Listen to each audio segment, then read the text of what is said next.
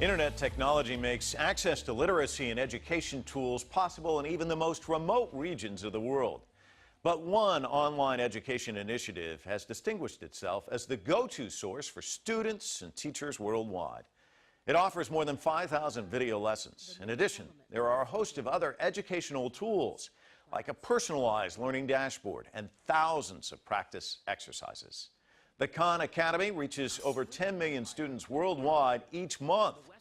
It has delivered over 355 million lessons on dozens of subjects, all for free. The project was launched by Sal Khan in 2006.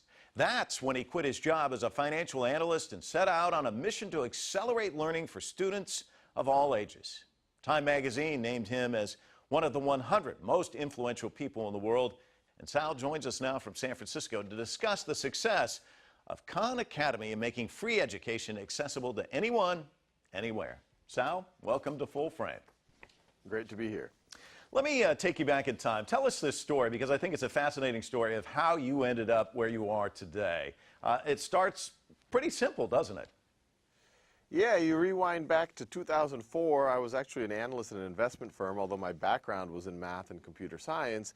And my 12-year-old cousin Nadia needed help with her mathematics. She was in 7th grade at the time. She was in New Orleans. I was in Boston. I started tutoring her remotely. Then I started writing some software to give her practice problems so that I could keep track of what she was doing.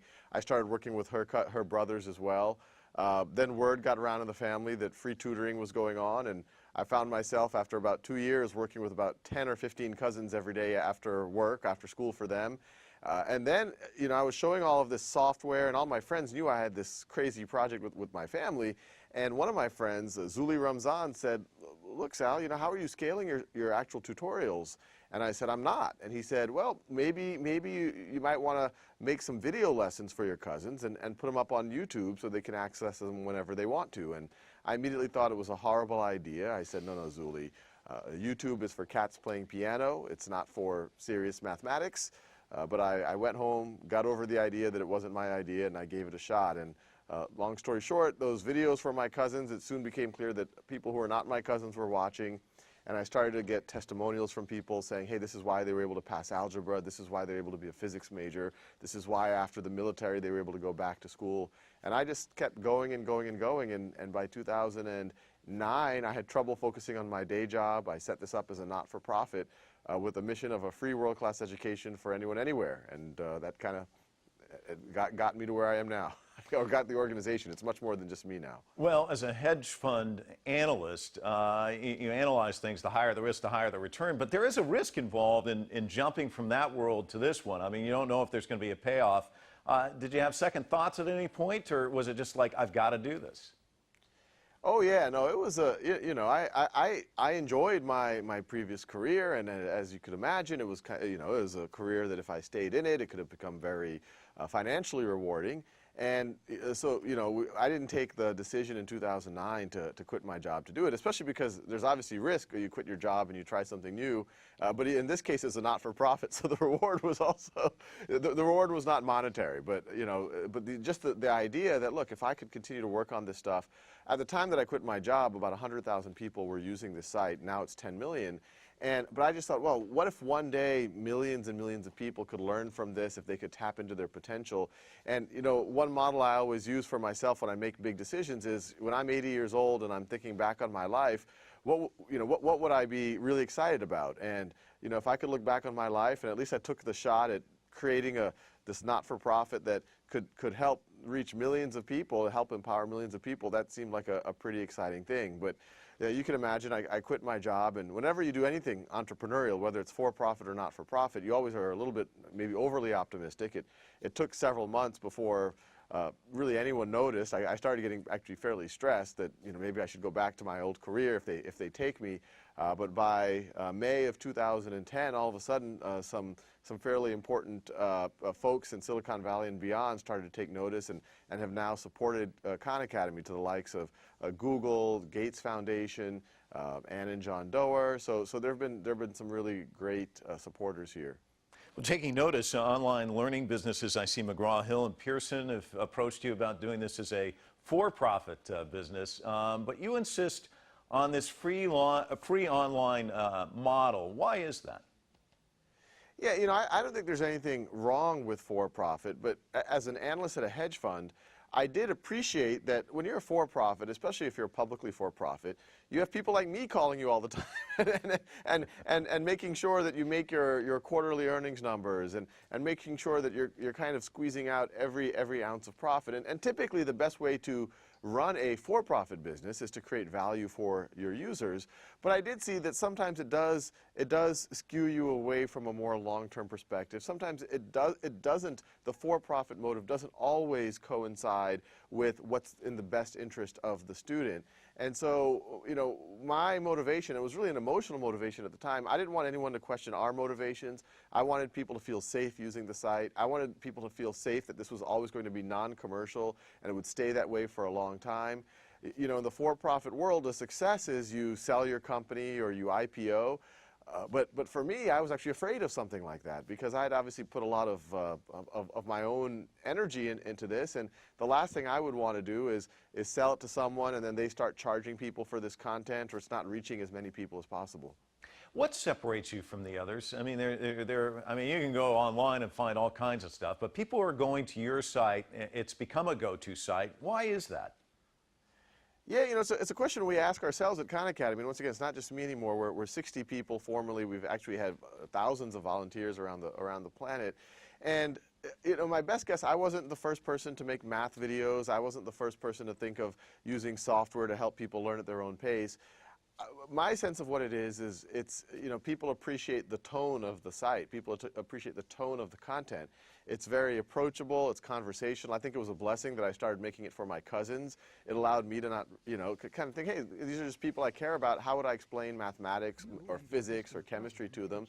And I think, and I heard this from my cousins, and we hear this from testimonials all the time. They really appreciate that we focus on the underlying ideas and why is it exciting. We're not just about, hey, here's a formula, memorize it. We're about, this is a really neat idea in cosmology or in physics or mathematics, and this is how it's connected to other ones.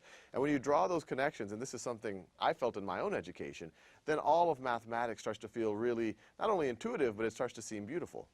What's interesting, you talk about how you have 60 employees now, and we'll take it a step further. I know you're in Spanish and Portuguese, Mandarin, your YouTube channels in China, huge. What do you think it is that makes it not just, here in the United States, but it's universal?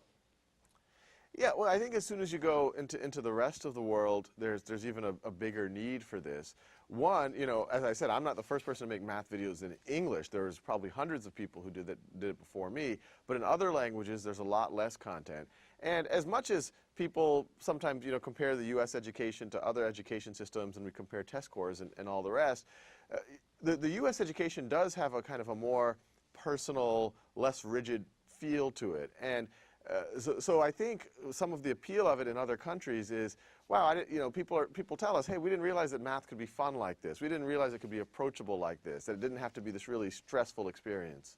You say fun. Millions of students obviously use this tool, and we have a testimonial from one, and I want you to listen to this, and I want to get your thoughts after we listen to this young man. My name's Nihal, and I'm profoundly deaf in both ears. I wear a cochlear implant, which helps me to hear. However, it does not give me this full 100% that I need in high school classrooms and tutorials. This means I miss out on 20 to 30% of material. My high school math teacher showed me this website, Khan Academy. And I had to play around with their website, and I started to use it for biology, chemistry, computer science, mathematics. I used it for a lot of things. And this website was great for me because it had subtitles. I could understand and pause, I could play, I could rewind if I missed something, and I could understand and excel in each subject that I used the website for. So this website has really changed my life, and now I'm in Melbourne University studying engineering. He says it really changed my life, and I know you can hear him because you're in San Francisco, but you can't see his face, and the countenance is just amazing. He's all lit up, big smile on his face. I mean, you've changed this child's life and so many more. How does that make you feel? Yeah, well, that's what, that's what gets me up in the morning. You know, and we get testimonials like that at the office as well. And every week at our company update, we show a few of them or we read them if they're letters. And you know, I think the entire team, that's why we get up in the morning. You know, we always tell each other, if it was just that student, if that was the only person who was being touched by this, it's worth it. And there's hundreds of people sending us letters like that, and obviously for every one of them, there might be thousands or millions of people who are experiencing it to some degree. So yeah, that's you know, I think that's the biggest high for me, to be able to feel that, wow, it's really touching real people. Sal, we all start as students, and then, you know, eventually some of us become teachers like yourself. What did you learn as you went through the whole process as a student that you incorporate now as a teacher, in a sense? Yeah, I mean, one thing I talk a lot about is, you know, I try to explain things the way I wish it was explained to me. That as I went through my education, I found that a lot of textbooks and sometimes the classroom would separate concepts in ways that it was hard to connect them. It was less intuitive. And maybe it was just my nature, especially early on when I was in elementary and middle school. I would spend a lot of time just, you know, kind of hitting my head against the wall, trying to make sure I understood all of the connections. And I just did that just because it was my personality.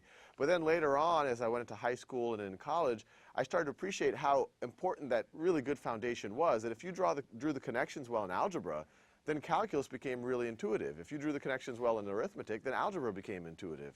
And so as I went through my education, I saw peers, many of them who were smarter than me, who could beat me at chess or a video game or whatever else, struggle in math because they had this weak foundation. It started to make me think that there's got to be better ways of reaching them.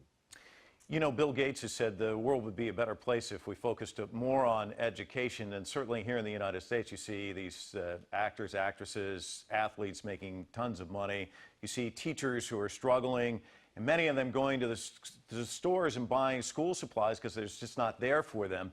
What do we need to do to encourage people, young people, to become more interested in this as a profession, do you think? Yeah, you know, I mean, I think there's a lot of variables here, but at the end of the day, you want to work, if you're a really talented individual, you're going to work in a profession that gives you proper respect, gives you proper flexibility, and compensates you so that you can at least live a middle class, if not upper middle class lifestyle. And there's still, today there are some incredibly gifted people going into the teaching profession, even though it does not give them all that it should. And so I think we all have to think about ways that we can elevate the profile, where we can, you know, it's not just lip service that teachers are important, but we compensate them, and that we kind of give them the due respect. And I think that's the key ingredient that you do see in other countries, where, you know, teachers really are in society given that the respect that they deserve. Sal, we're out of time, but I do have to ask this one final question. You still have cousins, nephews, nieces, children. This business is going to go on for a while, isn't it? Yeah, oh yeah, I have a fairly large family. My mom has 7 brothers and sisters, so I have a lot of cousins just on that side of the family. And I still have a bunch of cousins still using Khan Academy. Some of them are in college, but we have some more advanced topics for them. And my son's now 5 years old, so he's beginning to use it. So many years to come. Thanks so much for joining us from San Francisco. Thank you. Coming up, the incredible story of one young philanthropist's dedication to making education accessible to all children. His focus on the developing world has led to more than 150 schools being built in just 6 years.